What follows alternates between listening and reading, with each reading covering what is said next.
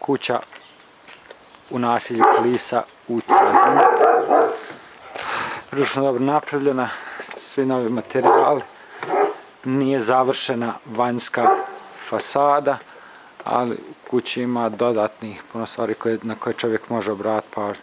Ovdje je jedna prelijepa terasa sa koje se vidi predivan pogled na grad Cazin. U blizini su škola, vrtić, sva potrebna infrastruktura, bolnice i tako dalje. Kuća je na dva kata, prizemlji prvi kat, sa poslovnim prostorom koji je nezavršen u prizemlju. Ovo je glavni ulaz. Ovdje iz kojeg se ide u mali hodnik. Mali hodnik ima ulaz također u kupatilo. Jedna kuća sadrži dva kupatila, drugo kupatilo ćemo pogledati naknadno, ono se nalazi na katu.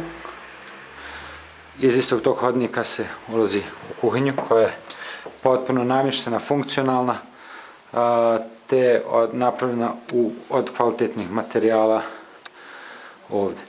Također veliki dnevni boravak iz kojeg imate izlaz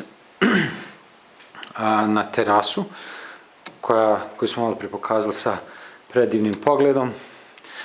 Grijanje je centralno na mazut, odnosno na lož ulje i na kruto gorivo. Sad idemo na prvi kat. Prvi kat sadrži 3 sobe, spavaće. Ovo je idealno za jednu manju porodicu. Sve je završeno iznutra.